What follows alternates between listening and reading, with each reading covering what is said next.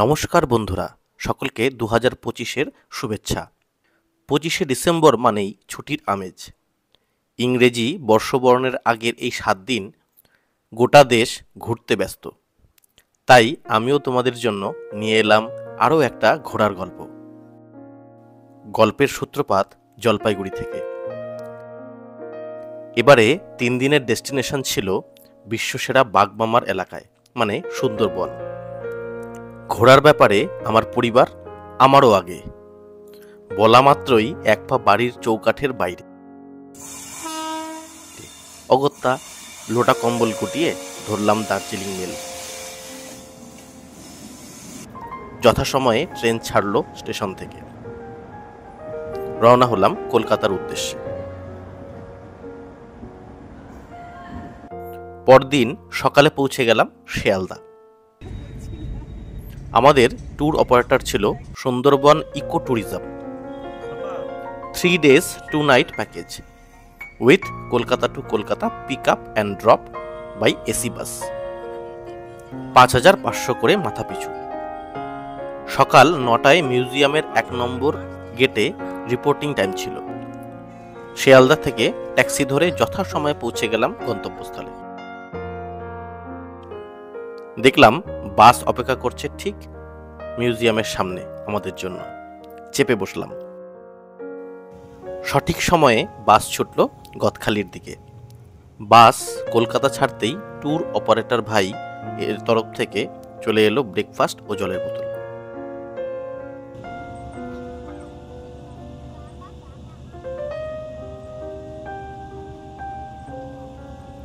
AC বাসে আরাম করে পুশব্যাক সিটে ঘুমোতে ঘুমোতে বেলা 1:30 নাগাদ পৌঁছে গেলাম গদখালি।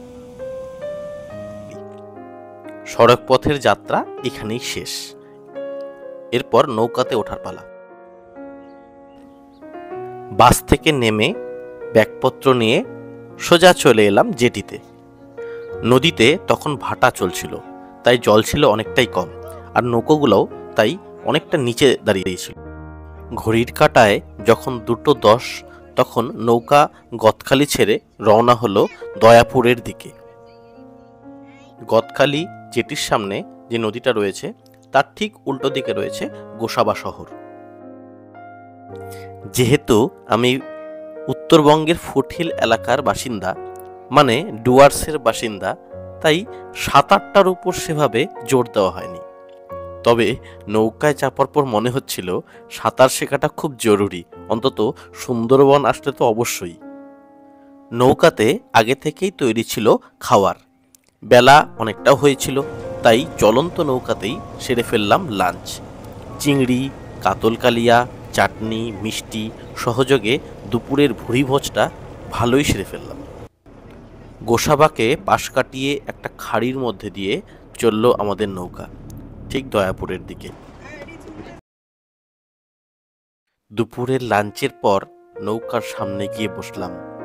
শীতের মিঠে রোদ, নদীর হালকা হাওয়া আর ম্যানগ্রোভের দৃশ্য একটা অদ্ভুত কম্বিনেশন তৈরি করছিল। নৌকা খাড়ি ছেড়ে পড়ল গোমর নদীতে। ভাটার টানে একদিকে পাখি আর গ্রামের জেলেরা যেমন মাছ ধরার চেষ্টা করছিল, আবার সারি সারি জাহাজ নদী ধরে সমুদ্রের দিকে ফিরছিল। পড়ন্ত বিকেলে সূর্যের কেশরিয়া আলোতে এই সব এক অদ্ভুত জলছবি সৃষ্টি করছিল।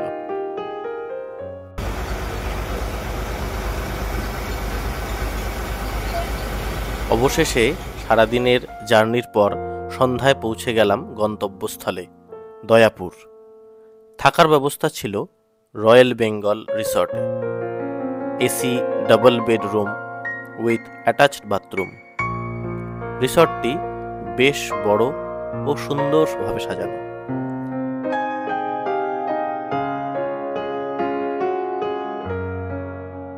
সন্ধ্যায় চিকেন পকোড়া ও কফির সাথে উপভোগ করলাম স্থানীয় আদিবাসী নাচ গানের আসর।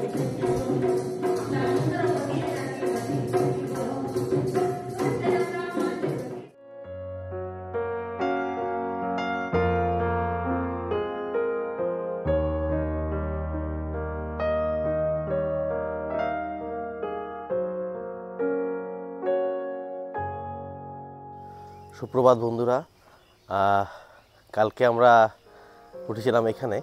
চলো আজকে রিসর্টটাকে ঘুরিয়ে তোমাদেরকে দেখাই। খুব সুন্দর রিসর্ট।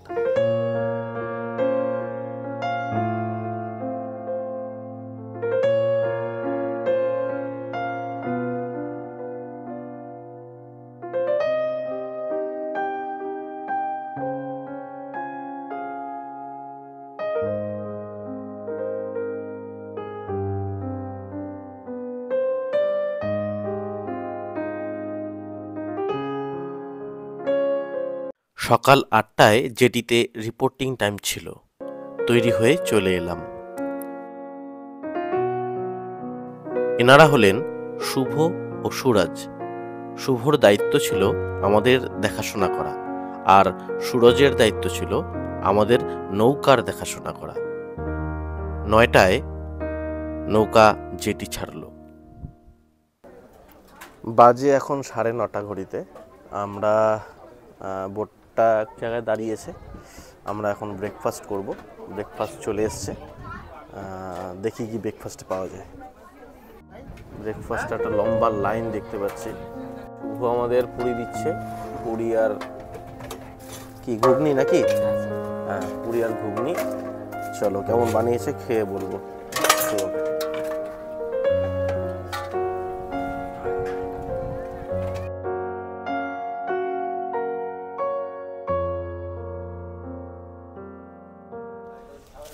চলে এসছে সজনেখালিতে। এখানে দেখি কি কি দেখার আছে। So this is our start point of the forest area.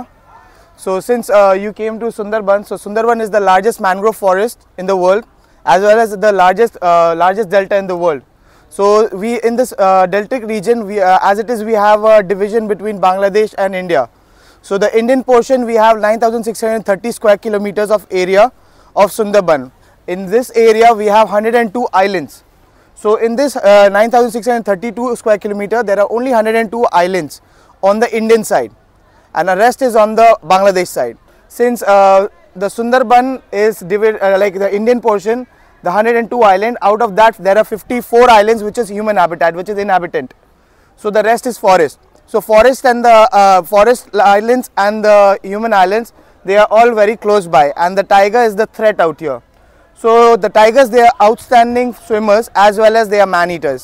So normally tigers, they can kill, but they don't eat human. But the tigers out here in Sundarban, they kill as well as eat the flesh of human. So that's the terror of the Sundarban tigers. That's the reason why people are more afraid about Sundarban tigers, because they are man eaters. So we have only one species of Royal Bengal tiger, that's it, and there are rest other tigers in other reserves, but in Sundarban we only have the Royal Bengal tigers. So these captives are for the river terrapin turtles. So river terrapin turtles are known as Batabagur bascas. So these turtles are actually freshwater turtles. So in the river terrapin turtles, normally turtles, they have a very long like lifespan, but these turtles, they have a shorter lifespan than the rest. So out here they live up to 80 to 150 years max.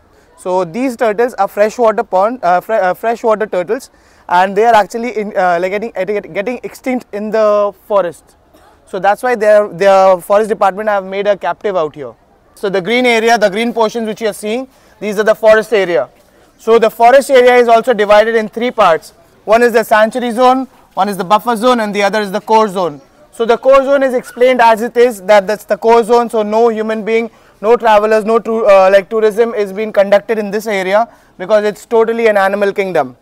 So this side, it's a non-disturbed zone, but still you can enter this zone only with a very big organization.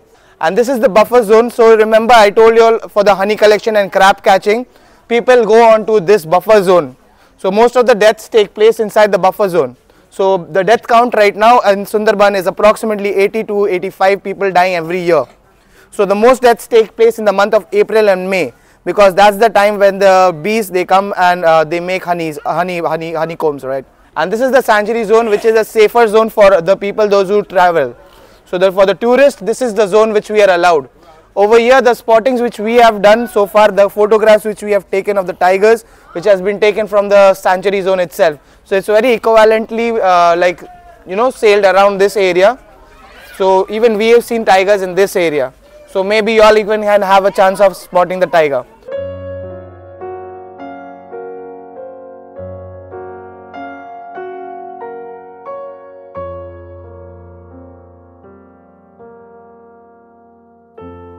Sajnekhali থেকে নৌকা রওনা হলো সুধন্যখালির দিকে।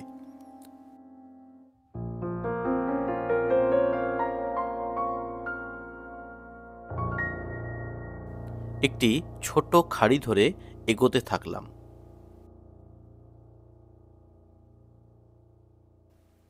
পৌঁছালাম সুধন্যখালিতে। এখানে প্রবেশের পর প্রথমেই রয়েছে বনদেবী ও বাগদেবতার মন্দির। এছাড়াও সুন্দরবনের বিভিন্ন ম্যানগ্রোভ প্রজাতির গাছের সম্পর্কে ধারণা দেবার জন্য রয়েছে কিছু বোর্ড। কিছুটা হেঁটে যাওয়ার পর আছে একটি ওয়াচ টাওয়ার ও সুন্দরবনের কিছু ম্যামলস ও বার্ডসদের বোর্ড। সুন্দরবনে এসেছি আর বাঘের সাথে ছবি তুলব না, তা কি হয়?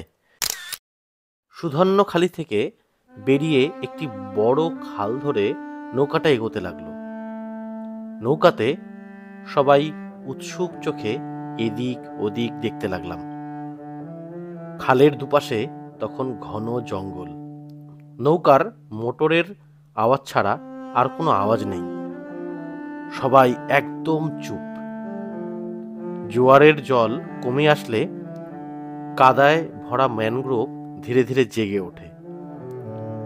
ছোট খাড়িগুলো থেকে জল কমতে শুরু করে।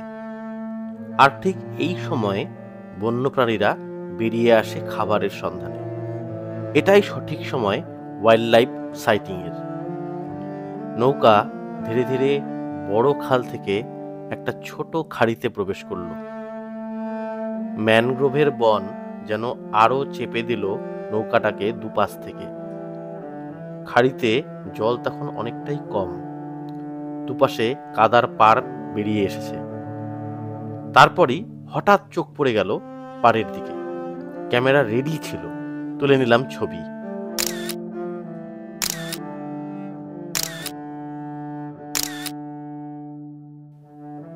এগিয়ে আসলাম ওখান থেকে। শুভ নৌকার সামনে বসে দেখতে লাগলো আরো কিছু দেখা যায় কিনা। এরই মধ্যে হঠাৎ গাইডের চোখ পড়ে গেল নদীর পাড়ের দিকে। বাঘের পায়ের ছাপ। সে এক শিহরণ জাগানো মুহূর্ত। জলে কুমির দেখে ফেলেছি, এবার যদি তিনি দেখা দেন। অপেক্ষা আর চারিদিকে নজর ঘোরাচ্ছে সবাই, যদি। এরই মধ্যে হঠাৎ খাড়িটা শেষ হয়ে গেল। আজকে সারাদিন এভাবেই চলবে। ছোট নদী থেকে বড় নদী, বড় নদী থেকে ছোট নদী। এখন একটা কোনো বড় নদীতে পড়েছি এসে। তো এরপরে কোথায় যাবো জানি না, দেখা যাক কোথায় নিয়ে যাওয়া আমাদের। পথ চলতে আরো কিছু ছবি তুলে নিলাম।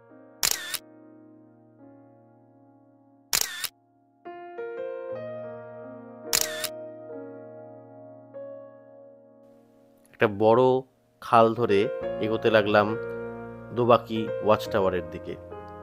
এরই মাঝে সেরে ফেললাম মধ্যাহ্নভোজ। দেখতে দেখতে পৌঁছে গেলাম দোবাকি ওয়াচ টাওয়ার।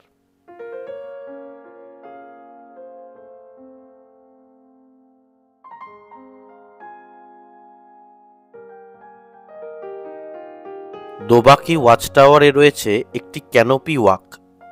ম্যানগ্রোভের উপর দিয়ে একটি ফুট ওভারব্রিজ রয়েছে। এই ওভারব্রিজের ওপর দিয়ে ওয়াক করতে করতে নিচে বন্যপ্রাণী দেখা যেতে পারে। কিছু দূর হেঁটেই পেয়ে গেলাম একটি হরিণ। নিজের মনের সুখে সে পাতা খেতে ব্যস্ত ছিল। এই ফুটব্রিজের শেষ প্রান্তে রয়েছে একটি ওয়াচ টাওয়ার। টাওয়ারের সামনেই আছে একটি মিষ্টি জলের জলাশয়। প্রচুর বন্যপ্রাণী এখানে জল খেতে আসে। টাওয়ার থেকে যেদিকেই তাকানো যায় শুধু ম্যানগ্রোভের ফরেস্ট। টাওয়ারে বেশ কিছুক্ষণ দাঁড়িয়েছিলাম। তার মধ্যেই দেখতে পেলাম কিছু বন্যপ্রাণী, যেমন ব্রাহ্মণী kite, wild boar, monitor lizard, কিছু স্পটেড ডিয়ার।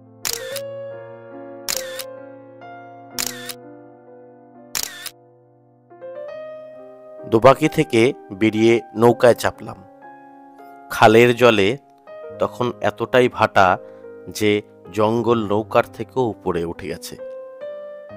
সময় তখন দুপুর গড়িয়ে বিকেল। পড়ন্ত বিকেলের আলো ম্যানগ্রোভের মাথায় তখন পড়েছে। নৌকা প্রবেশ করলো পাঁচমুখীতে, মানে 5 নদীর সঙ্গমে। দিগন্ত রেখা অবধি জল আর ডুবন্ত সূর্য ও তার প্রতিচ্ছবি। মনে হচ্ছিল যেন একই সঙ্গে দুটো সূর্যকে দেখছি। দিগন্ত রেখার জলে সূর্যের ডুবে যাওয়া দেখতে দেখতে ফিরে এলাম রিসর্টে। শুভ সকাল বন্ধুরা, এখন বাজে প্রায় 7টা। আমরা আছি সাতজেলিয়া দ্বীপে। এই গ্রামটার নাম হচ্ছে দয়াপুর। আমরা কালকেই তোমাদেরকে দেখিয়েছিলাম। আমরা আছি এইখানে রয়্যাল বেঙ্গল রিসর্টে, আর ওপারটা হচ্ছে পাখিরালয়। আজকে আমাদের ফেরার পালা আছে। আজকে আমরা কলকাতা ব্যাক করব। আমাদের ট্রিপ আজকে শেষ হচ্ছে। এখান থেকে আমরা 8টার সময় বেরোবো। এখন আর 1 ঘন্টা হাতে সময় আছে। 8টার সময় বেরিয়ে আমরা প্রথমে যাব গোসাবা, তারপরে সোজা আমরা বাস ধরবো গদখালি থেকে। হাতে আর 1 ঘন্টা সময় আছে, ঝটপট রেডি হয়ে নিই। সকাল 8টায় জেটিতে চলে এলাম। নৌকোতে চেপে প্রথমে পৌঁছালাম গোসাবা। গোসাবা জেটির সামনেই ছিল বেকন বাংলো। ঘুরে দেখলাম বেকন বাংলো। গোসাবা থেকে নৌকা ধরে গদখালির দিকে রওনা হলাম। মনে এক ঝুড়ি সুন্দরবনের সুন্দর স্মৃতি নিয়ে রাতের দার্জিলিং মেল ধরলাম শিয়ালদা থেকে। গল্পটি কেমন লাগলো বন্ধুরা জানাবে। ভালো লাগলে লাইক, শেয়ার ও সাবস্ক্রাইব করবে। ধন্যবাদ। দেখা হবে পরবর্তী কোনো এক গল্পে।